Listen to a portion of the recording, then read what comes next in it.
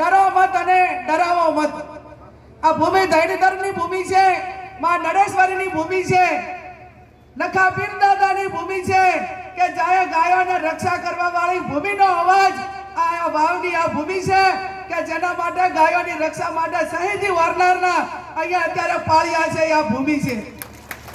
અને જ્યારે બેન અને દીકરીની વાત આવે બાપુ, ત્યારે સૌ પ્રથમ મેં મામેરું 2017 વાવની જનતા પાસે માગ્યું હતું.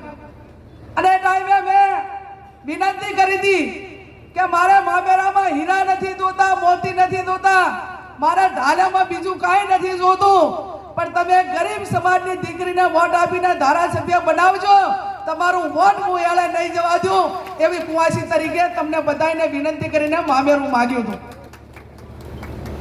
2017 તમે મારું મામેરું ભર્યું. રાજકીય ઘણા ઉથલ પાથલ થયા. બધા મીડિયા વાળા, ભારતીય જનતા પાર્ટી વાળા એ બધાએ વગોડા ચાલુ રાખ્યા કે ગેનીબેન તો રાજીનામું આપશે. અને એ ટાઈમે મેં એમને કીધું હતું કે અમારા ભારતીય સંસ્કૃતિમાં જ્યારે બેન દીકરી કોઈ મામેરું માગીને સત્તા સ્થાને આવે ને તો એ મામેરાની કિંમત શું છે ને, સંસ્કૃતિ શું છે ને એ હું ભલી ભાતે જાણું છું. હું જિંદગીભર મારા વાવ વિધાનસભાના મતદારોનો ક્યારે વેપાર ના થાય. હું કોંગ્રેસનો ઝંડો લઈને, તિરંગો લઈને મારી અંતિમ વિધિ થાય ત્યાં સુધી હું કોંગ્રેસની અંદર રહેવાની છું. તમારે એમાં કોઈ ચિંતા કરવાની જરૂર નથી.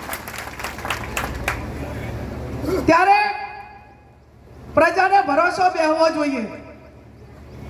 એને એનું વોટ આપ્યું છે, એનો વેપાર ના થાય, એને નેચું ના જોવું પડે. જ્યારે કોઈ ધારાસભ્ય રાજીનામું આપે ત્યારે એના મત વિસ્તારમાં જેટલાએ મત આપ્યા હોય એને ક્યાંક ને ક્યાંક નીચું જોવું પડે છે. ત્યારે હર હંમેશા તમે મને મોટી કરી છે, અને જો ઉથલ પાથલ કર્યું હોત અને વ્યક્તિગત માટે કરીને કદાચ કંઈ આઘા પાછું કર્યું હોત તો અત્યારે આજે આ માવડી મંડળ તમે બધાએ મામેરાની માતર ખાવા આવ્યા છો ને, એ મામેરાની માતર ખાવા તો ના આવો, પણ એમ જ કહે કે બેન તો વેચાઈ ગયા હતા, એમને અહીંયા કદી એમનું મોઢું ના જોવાય. આપણી બાજુ તો આવો ભારો શબ્દ લાગે.